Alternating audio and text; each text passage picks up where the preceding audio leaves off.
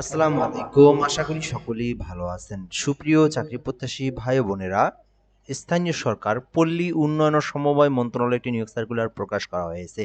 এটি সরকারি একটি নিয়োগ সার্কুলার, একেবারে স্থায়ী রাজস্ব খাতভুক্ত নিয়োগ সার্কুলার, অর্থাৎ পার্মানেন্ট একটি চাকরি, সরকারি চাকরি। আপনারা চাইলে আবেদনটি করতে পারেন। এখানে কিন্তু অনেকগুলো পদের রয়েছে, দেখতে পারতেছেন। আপনারা আপনার শিক্ষাগত যোগ্যতা অনুযায়ী যে পদে চান সেই পদে অ্যাপ্লিকেশন করতে পারবেন।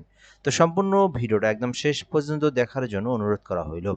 এখানে বলা হয়েছে স্থানীয় সরকার পল্লী উন্নয়ন ও সমবায় মন্ত্রণালয় পল্লী উন্নয়ন ও সমবায় বিভাগের নিয়োগ সার্কুলার, পল্লী উন্নয়ন ও সমবায় বিভাগের রাজস্ব খাতভুক্ত নিয়োগ সার্কুলার। এখানে বলা হয়েছে অস্থায়ীভাবে সরাসরি নিয়োগের লক্ষ্যে পদের পাশে বর্ণিত শর্তে বাংলাদেশের প্রকৃত নাগরিকদের নিকট হতে অনলাইনে আবেদনের জন্য আহ্বান করা যাচ্ছে। অর্থাৎ বাংলাদেশের প্রকৃত নাগরিক মানে বাংলাদেশের যে কোনো জেলার যে কোনো প্রার্থী যে কেউ চাইলে আবেদনটি করতে পারবেন, এবং ছেলে হোক মেয়ে হোক উভয় প্রার্থীরাই কিন্তু আবেদন করতে পারবেন। অনলাইনের মাধ্যমে আবেদনটি করতে হবে। আশা করি আপনারা এই বিষয়টা সম্পর্কে অবগত হয়েছেন। তো আমরা এখান থেকে দেখব, তার আগে গুরুত্বপূর্ণ একটি বিষয় বলে রাখি, যেটা হচ্ছে খুবই গুরুত্বপূর্ণ, যেটা হচ্ছে আমাদের আমাদের ইউটিউব থেকে যারা ভিডিওটা দেখতেছেন, এম আর রাইহান হাসান আমাদের ইউটিউব চ্যানেলের নাম। এটি থেকে যারা ভিডিওটা দেখতেছেন, যদি আপনি এই চ্যানেলে নতুন হয়ে থাকেন, অবশ্যই চ্যানেলটি সাবস্ক্রাইব করে রাখবেন। আর আপনি যদি আমাদের ফেসবুক পেজের মাধ্যমে ভিডিওটা দেখে থাকেন, আমাদের ফেসবুক পেজের নাম জব প্লাস বিডি, অবশ্যই পেজটি ফলো করে রাখবেন।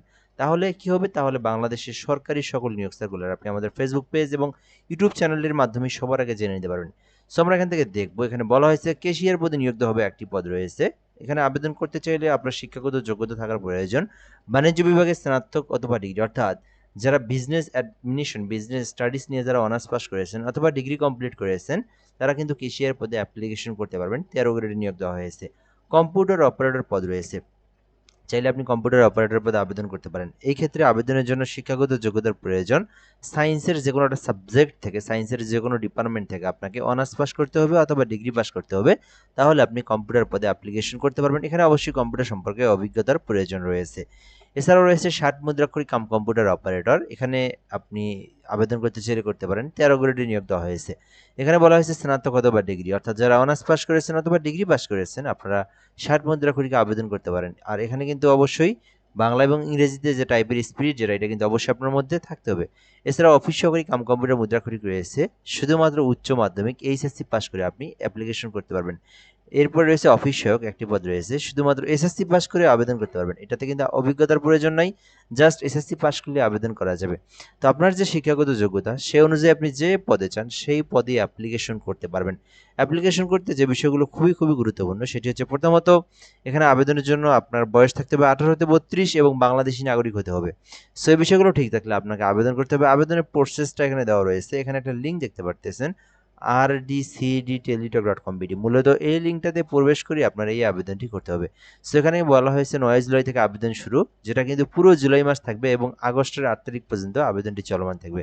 এর মধ্যে আপনাকে আবেদন করতে হবে। সো লিঙ্কে প্রবেশ করে আবেদনটি সম্পূর্ণ হওয়ার পরে সরকারি ফি জমা দিতে হবে, এবং এটি বলা হয়েছে 1 থেকে 4 নম্বরের মধ্যে যে কোনো পদে আবেদন করলে 112 টাকা এবং অফিসিয়ালি আবেদন করলে 56 টাকা ফি জমা করতে হবে। এবং এটি জমা করার প্রসেসটা বলে দিচ্ছি। প্রথমে হচ্ছে আপনারা RDCD space user ID 163 number send করবেন। পরবর্তী পিন নাম্বার দিয়ে আবার 163 নাম্বার সেন্ড করলেই আপনার পেমেন্ট কিন্তু হয়ে যাবে। দেন আপনার অ্যাপ্লিকেশন কিন্তু সাকসেসফুল হয়ে যাবে। তো আবেদন করতে চাইলে করতে পারেন। বর্তমানে আবেদনটি চলমান রয়েছে। আশা করি বুঝতে পেরেছেন। আর যদি কোনো কিছু জানার থেকে এই নিউজ সার্কুলার নিয়ে আপনি কমেন্টে বলতে পারেন, রিপ্লাই দিয়ে জানিয়ে দেওয়া হবে। এ পর্যন্ত আজকের ভিডিওটা। ভালো থাকবেন। আসসালামু আলাইকুম।